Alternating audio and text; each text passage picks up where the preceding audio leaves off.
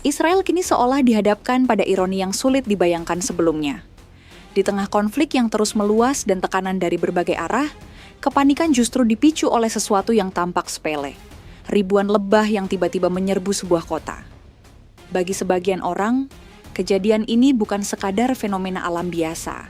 Ada yang mengaitkannya dengan surah Al-A'raf ayat 133 dalam Al-Quran. Sementara yang lain menghubungkannya dengan Book of Isaiah 7 ayat 18 dalam Alkitab. Apakah ini hanya kebetulan atau sebuah pertanda? Yang jelas, peristiwa ini hanyalah awal dari rangkaian krisis yang jauh lebih besar. Kepanikan itu benar-benar terjadi di Nativot, sebuah kota di selatan Israel. Dalam waktu singkat, ribuan hingga puluhan ribu lebah memenuhi udara. Mereka menempel di kendaraan, dinding rumah, bahkan bergerombol di kawasan permukiman padat. Aktivitas warga yang awalnya normal berubah menjadi kekacauan. Orang-orang berlarian mencari perlindungan, sementara otoritas setempat mengimbau masyarakat untuk segera menutup pintu dan jendela rapat-rapat. Tidak ada suara ledakan, tidak ada sirene perang, hanya dengungan keras yang cukup untuk melumpuhkan satu kota dalam hitungan menit. Peristiwa ini terjadi di saat yang sangat sensitif, ketika Israel masih berada dalam ketegangan militer dengan Iran. Tekanan geopolitik sedang meningkat, dan suasana kawasan penuh ketidakpastian.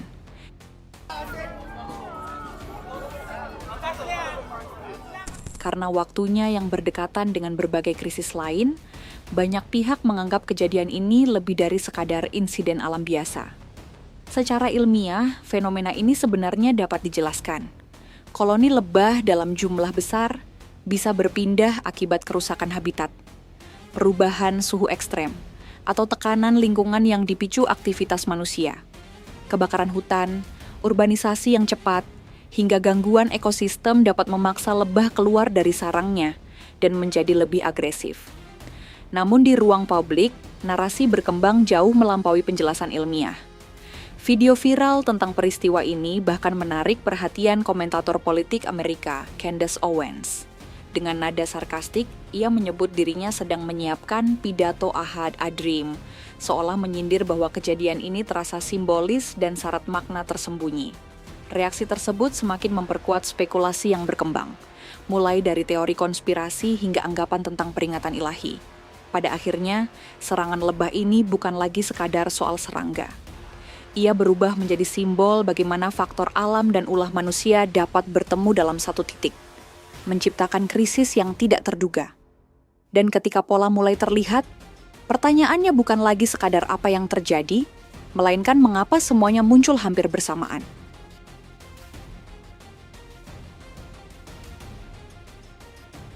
Gelombang berikutnya datang dari arah yang berbeda, bukan dari udara, melainkan dari air.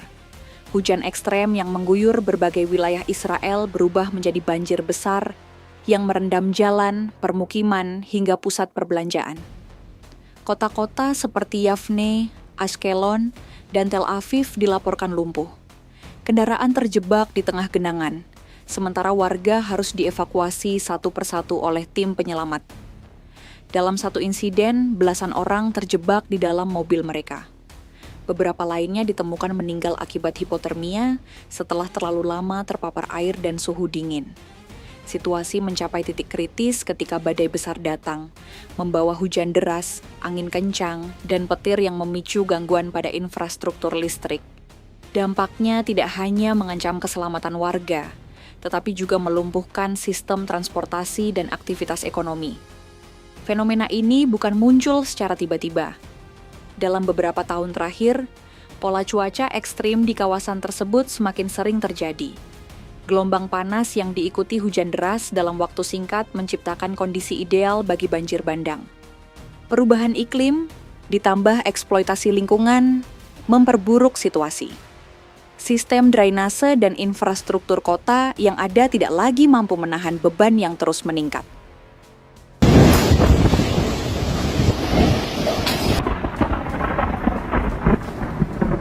Belum selesai dengan air, ancaman berikutnya datang dari api.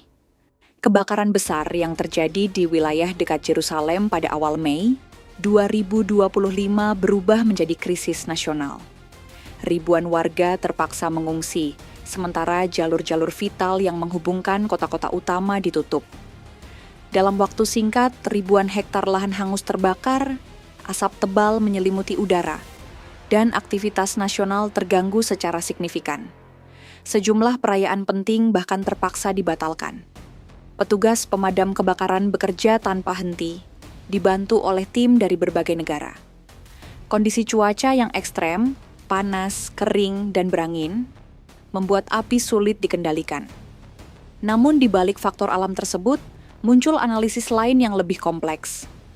Beberapa peneliti menilai kebakaran ini diperparah oleh kebijakan penanaman pohon non-asli selama puluhan tahun. Hutan yang tampak hijau ternyata menyimpan risiko besar.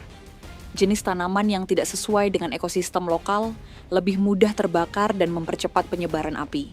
Lebih jauh lagi, kebijakan ini juga dikaitkan dengan praktik yang sering disebut sebagai green colonialism, di mana penanaman hutan digunakan untuk menutupi jejak desa-desa Palestina yang telah hilang. Dalam konteks ini, alam tidak lagi berdiri sendiri sebagai korban, tetapi menjadi bagian dari konflik yang lebih luas. Ketika hutan-hutan itu terbakar, yang muncul ke permukaan bukan hanya api, tetapi juga sejarah yang selama ini tersembunyi.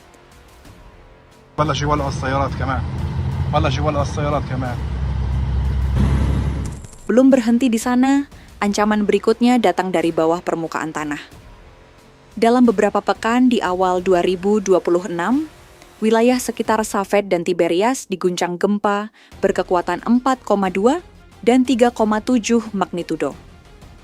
Meski tidak menyebabkan kerusakan besar atau korban jiwa, getaran ini cukup untuk memicu kekhawatiran luas. Para ahli menilai gempa ini bukan sekadar kejadian biasa, melainkan peringatan bahwa wilayah tersebut berada di atas patahan aktif, yaitu Great Rift Valley. Jalur patahan ini memiliki sejarah panjang gempa besar yang terjadi secara siklus, kira-kira setiap 1 abad sekali. Gempa besar terakhir tercatat pada tahun 1927. Artinya, secara matematis, kawasan ini telah memasuki periode rawan berikutnya.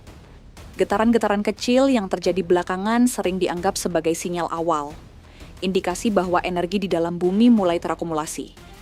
Jika melihat ke belakang, pola ini sebenarnya bukan hal baru. Pada 2018, lebih dari 100 getaran kecil tercatat di wilayah yang sama. Bahkan dampak dari gempa besar di Turki pada 2023 sempat terasa hingga kawasan ini. Semua ini menunjukkan satu hal, tekanan geologis terus meningkat. Pemerintah pun merespons dengan menggelar rapat darurat, melibatkan berbagai pejabat tinggi untuk membahas kesiapsiagaan. Program mitigasi dan pelatihan rutin disebut telah dilakukan. Namun di tengah rentetan krisis lain, dari lebah, banjir, hingga kebakaran, muncul pertanyaan besar. Apakah semua itu benar-benar cukup? Gempa besar memang belum terjadi, tetapi tanda-tandanya mulai terlihat. Dan ketika pola krisis muncul dari berbagai elemen, udara, air, api, hingga bumi, pertanyaan yang tersisa menjadi semakin kuat. Apakah ini hanya kebetulan, atau peringatan yang terus diabaikan? Di tengah semua ini, ironi yang lebih besar mulai tampak. Saat ancaman dari alam semakin nyata, fokus terhadap mitigasi domestik justru terasa tertinggal. Banjir, kebakaran, serangan lebah, hingga potensi gempa menunjukkan bahwa ancaman internal tidak bisa dianggap remeh.